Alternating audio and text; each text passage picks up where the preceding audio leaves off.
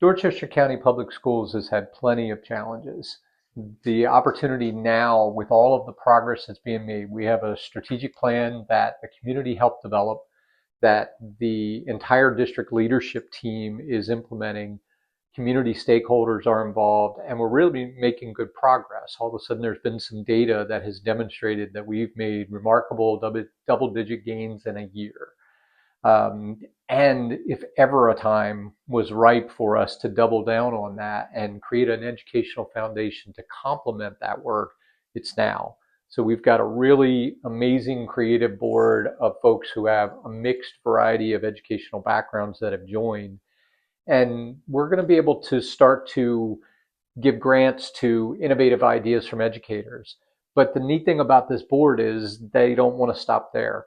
They have, from the very beginning, kind of announced an intention that they want to look at bigger problems to solve and really become and bring resources in that we've not been able to utilize or tap into in the past. So education foundations like this exist all over the country.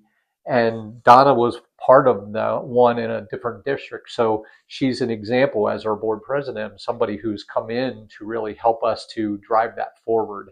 And we're this opportunity to announce who we are, as well as start to create some innovation, is an exciting one. It is, and I think, when we had the opening ceremonies for teachers, it was especially exciting to see their response when you announced it, because I think it truly gives them something to feel supported by.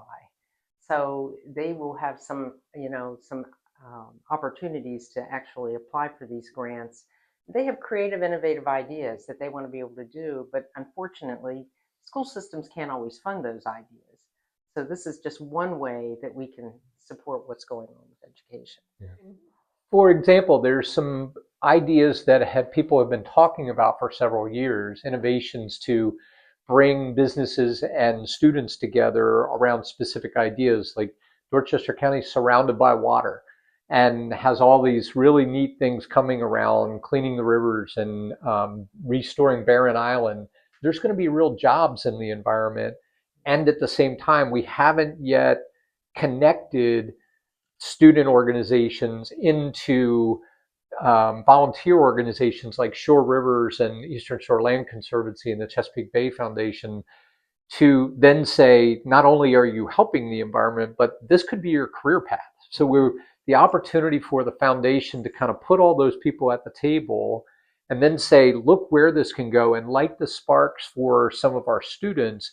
It really can unlock some things that we haven't been able to. And that's just one example. There's been conversations around creating better pathways into public safety, into technology, into cybersecurity, vital into healthcare, vital industries that exist right here, but we haven't always had that seamless connection. And the foundation already has people that are stepping forward saying, this is the way that we can support, get those people at the same table, put an idea out there, and then fund it in a way that can kind of supercharge these ideas. Yeah, and I think along with that, it's an equity issue that can be addressed.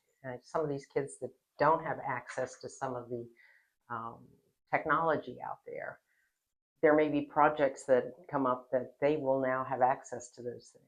And so this, I mean, it really ties together nicely into everything that we want to see move for education. Experience, I'll tell you that, teachers apply for things like, let's say something in the arts, where they want to have an artist in residence type of program, but the money's not there to do that. So they could bring somebody in to do that, a STEM program, where maybe accessing different kinds of, technology. So really the sky's the limit. But what we really want to see happen is have teachers access things that they wouldn't normally be able to access. So they're coming up with creative ideas and saying, if I just had the chance to do something like this. Yeah.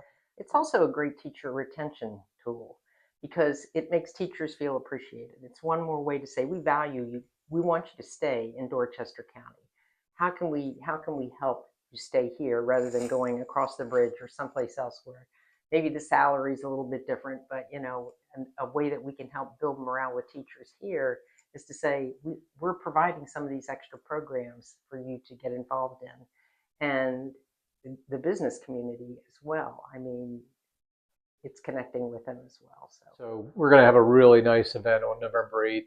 It's going to be at the home of one of our board members, Steve Heineman, who has a wonderful home on Lee Creek out in the Neck District in Dorchester. Tented event, opportunity for folks to come up, get a cocktail, walk around and look at some really innovative ideas that they could write a check and fund right there. There'll be some teachers and students all to present the idea of what kind of equipping them would look like. But we're also going to recognize some distinguished alumni from Dorchester County who have given back. We're also going to announce a really exciting scholarship program from somebody who moved to Dorchester County, saw the great value, started to invest and really focus on service learning. And this could single-handedly become the largest scholarship program that exists in Dorchester for students who happen to be from Dorchester County. Yeah, this will be one way to build that sustainability for us, so that as we move forward in the future, we have the money there to keep building these programs, keep doing these kinds of things to encourage teachers to apply for grants. Also looking at how we can, maybe in the future have more scholarships for students going to college. So it's the sky's the limit right now, I think.